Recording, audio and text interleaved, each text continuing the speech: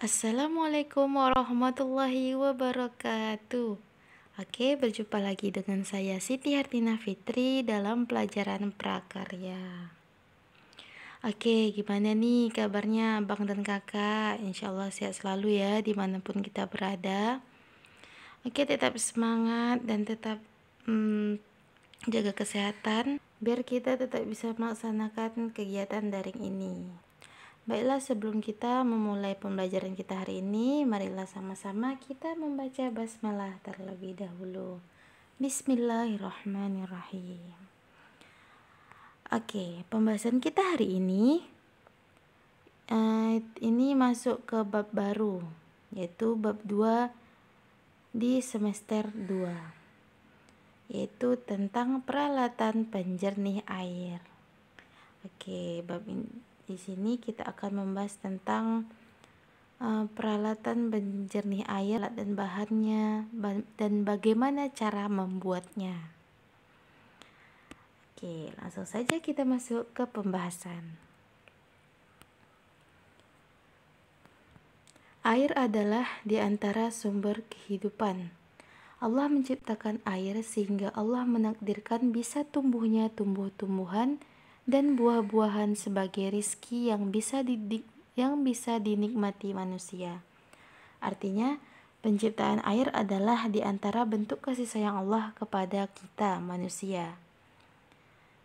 Jadi, Allah berfirman dalam surah Al-Baqarah ayat 164 yang artinya, sesungguhnya dalam penciptaan langit, bumi, pergantian siang dan malam, kapal yang dapat berlayar di laut yang memberi manfaat pada manusia, apa yang Allah turunkan dari langit berupa air yang dapat menghidupkan bumi setelah bumi itu mati. Dan Allah tebarkan di seluruh bumi itu segala jenis-jenis hewan, hembusan angin dan awan yang teratur berada antara langit dan bumi. Semua itu sungguh adalah tanda-tanda bagi kaum yang berpikir. Oke, Masya Allah sekali ya peran air ini dalam kehidupan.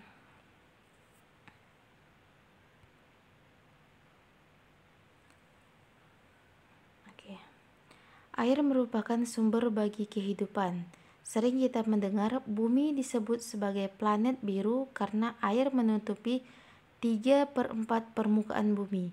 Namun tidak jarang pula jika mengalami kesulitan mendapatkan air bersih, terutama saat kemarau.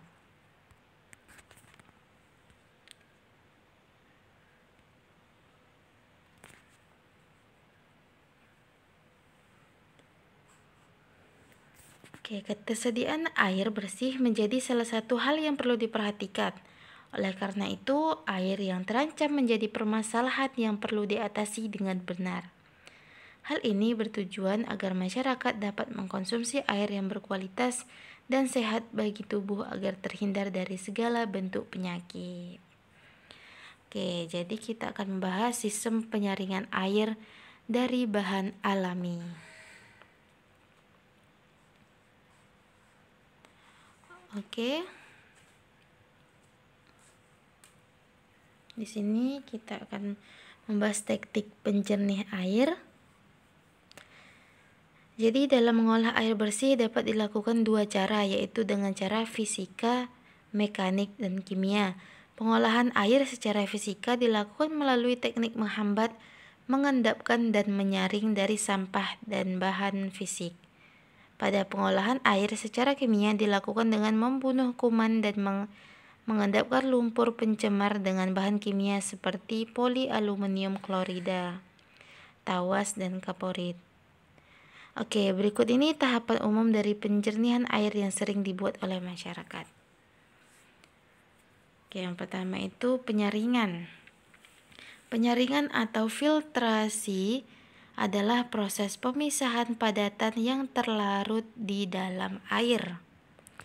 Jadi pada proses ini filter berperan memisahkan air dari partikel-partikel padatan. Bahan padatan yang disaring untuk dipisahkan dari air yaitu kayu, kerikil, pasir, dan lumpur. Oke, selanjutnya ada pengendapan. Pengendapan atau sedimentasi adalah pemisahan bagian padat dengan memanfaatkan gaya gravitasi. Dengan demikian, bagian padat berada di dasar kolam atau di dasar bak, sedangkan air murni ada di atas. Jadi proses sedimentasi bisa terjadi jika air limbah mempunyai berat jenis lebih besar daripada air sehingga mudah ditenggelamkan. Oke, itu dia pengendapan tadi. Memisahkan yang kotornya dengan yang air bersihnya. Oke, selanjutnya ada absorpsi dan adsorpsi. Oke, beda ya. Absorpsi dengan adsorpsi. Oke. Absorpsi sendiri adalah proses penyerapan bahan-bahan tertentu yang terlarut dalam air. Bahan yang digunakan untuk menyerap disebut absorben. Absorben biasanya menggunakan karbon aktif. Sistem ini sangat efektif untuk mengurangi warna, menghilangkan bau dan rasa. Proses kerja karbon aktif yaitu menyerap ion-ion bebas di dalam air. Jadi pemakaiannya dilakukan dengan membubuhkan karbon aktif dalam air olahan. Contohnya arang batok kelapa dan batu bara. Oke, itu dia contoh dari absorpsi. Sedangkan adsorpsi adalah pengikatan ion-ion bebas di dalam air oleh adsorben. Adsorben adalah zat yang bisa mengikat ion-ion bebas seperti zeolit dan resin. Itu dia perbedaannya.